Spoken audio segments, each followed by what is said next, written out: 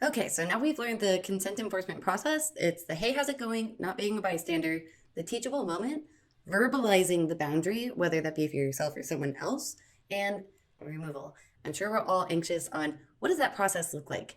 We're putting this video first because we need to remember the survivor is our main focus. When something happens to a survivor, whether it's sexual harassment or sexual assault, they are the ones that we are looking to support. When survivors come to potentially you as a BEDucator or as a camp lead or to you just as a friend or stranger, we need to remember some key points. Survivors go through a process of being blamed and they feel ashamed for having put themselves in a situation for them to be assaulted in the first place. No one is asking to be sexually assaulted. So if someone is coming to you with the information, things that we don't want to say is, why were you alone? Why were you with that person? Weren't you guys flirting and having a great time? Aren't you in a relationship? What were you wearing? Why were you out drinking by yourself? How many drinks did you have? Were you drunk? These are all forms of victim blaming that we don't want to do. Our main focus is just to be listening ears to the survivor who is entrusting you and has built up the courage to be able to say something and tell their story. Remember, what they feel is true for them, and you are there to support them.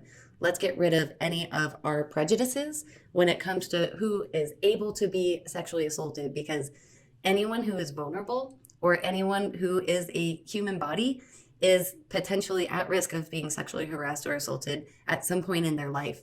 So we don't want to belittle who is coming to us just because of some of the prejudices that we might hold. Historically, survivors will not tell a friend or a family member or report because they feel that they're not going to be believed or that their story is going to be belittled.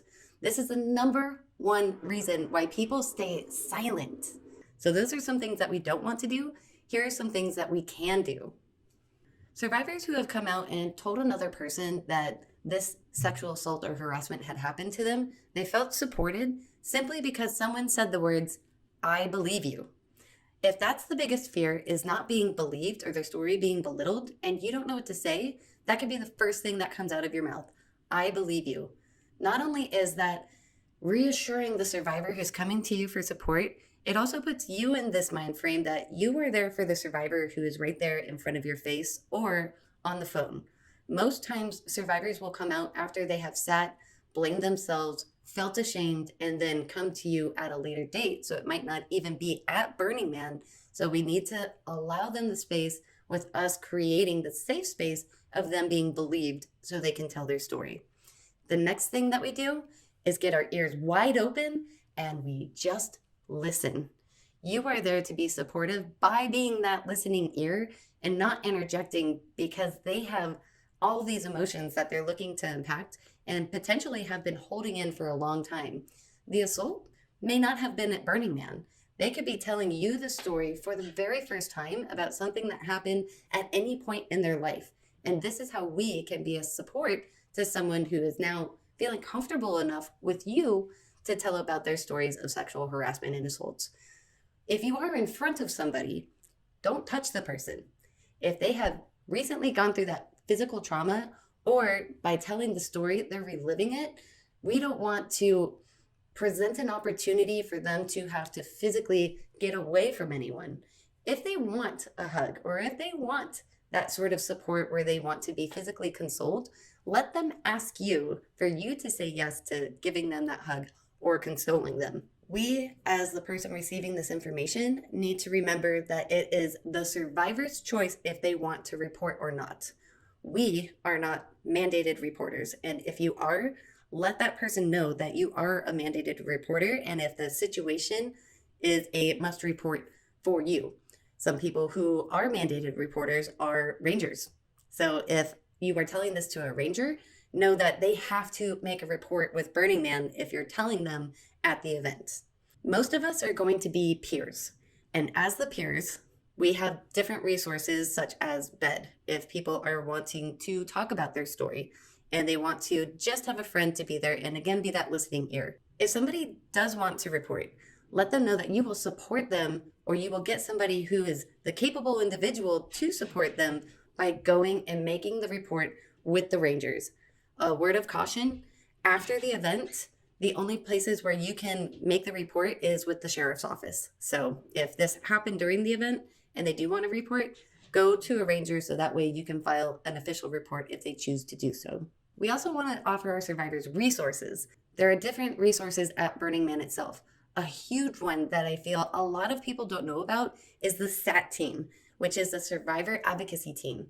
This is a group of trained individuals at Burning Man who are there to console survivors who have been sexually harassed and assaulted. This is a place where if you no longer feel like the capable individual and they are looking for more resources, you can walk them over to the SAT team, which is at 515 in Esplanade at Burning Man. Keep in mind, these people are mandated reporters if you have been sexually assaulted.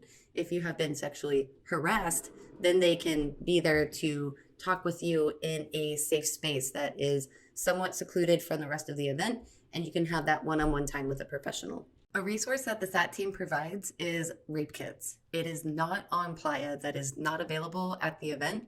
What they will do is they will fly you to Reno, get you a hotel room so you can take a warm shower, get a change of clothes, and a hot meal. That way you can go and get your rape kit performed if this is something that the survivor chooses to do. And lastly, after someone has given you this information, check in with them. This is something that can really bring people into dark places. And even though they told you the story and you were great at supporting them, they can often feel alone.